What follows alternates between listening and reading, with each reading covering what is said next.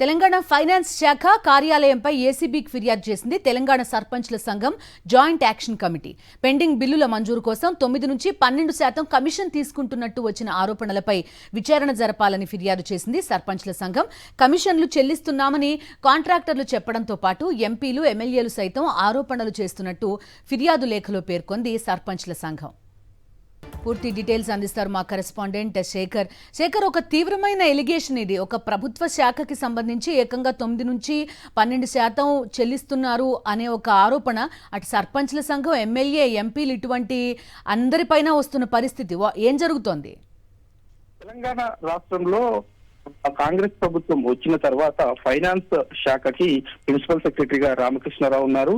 Finance శాఖ chief గా మంత్రి బట్టి విక్రమార్క ఉన్నారు. డిప్యూటీ సీఎం గా కూడా ప్రస్తుతం ఉన్నారు. అయితే మొదటి నుంచి కూడా ఆర్థిక పరమైనటువంటి ఇబ్బందులు ఈ ప్రభుత్వాన్ని వెంటాడుతూ ఉన్నాయి. ఏ బిల్లులు చెల్లించాలన్నా కొంత ఆచితూచి రాష్ట్ర ప్రభుత్వం అడుగులు వేస్తున్నటువంటి పరిస్థితులు. ఇదే నేపథ్యంలో ప్రభుత్వం వచ్చిన తర్వాత మంత్రులు కూడా ఈ ఇబ్బందిని చూస్తా ఉన్నారు. ఎప్పటికప్పుడు వస్తున్నటువంటి ఫిర్యాదుల మీద కావచ్చు, లేదంటే వస్తున్నటువంటి బిల్లుల కోసం వస్తున్నటువంటి వాళ్ళందరికీ కూడా సర్ది చెప్తున్నటువంటి పరిస్థితి. కానీ లాస్ట్ ఒక 1 month నుంచి ఈ ఫైనాన్స్ శాఖలో అవినీతి అంటూ పెద్ద ఎత్తున ప్రచారం జరుగుతా ఉంది.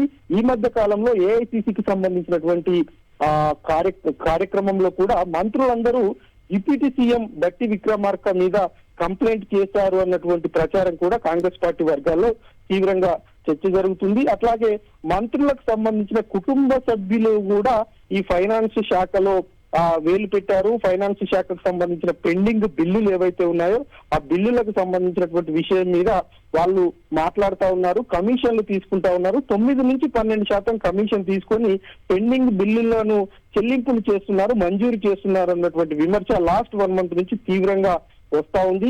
ఈ విషయం మీద కొంతమంది ఎమ్మెల్యేలు బాహటంగా మాట్లాడుతున్నటువంటి పరిస్థితులు, కొంతమంది ఎమ్మెల్యేలు అంతర్గతంగా మాట్లాడుతున్నటువంటి పరిస్థితి. ఇప్పుడు తెలంగాణ సర్పంచుల సంఘం వాళ్ళు దాదాపు వాళ్ళ పదవి అయిపోయి 1 year అయిపోతుంది. పెండింగ్ బిల్లులు చాలా వరకు ఉన్నాయి. కానీ ఆ పెండింగ్ బిల్లులు ఈ రాష్ట్ర ప్రభుత్వం వచ్చిన తర్వాత ఎక్కడ కూడా చెల్లించలేనటువంటి పరిస్థితులు, ఆర్థిక సమస్యల వల్ల చెల్లించట్లేదు అని రాష్ట్ర ప్రభుత్వం చెప్తుంది. కానీ చూద్దాం శేఖర్. ఏసీబీ ఇప్పుడు నెక్స్ట్ స్టెప్ ఏంటి అనేది ప్రస్తుతం చర్చనీయాంశంగా ఉంది. ఏకంగా ఒక ఫైనాన్స్ డిపార్ట్మెంట్ పైనే సర్పంచ్ల సంఘం ఫిర్యాదు చేస్తున్న పరిస్థితి.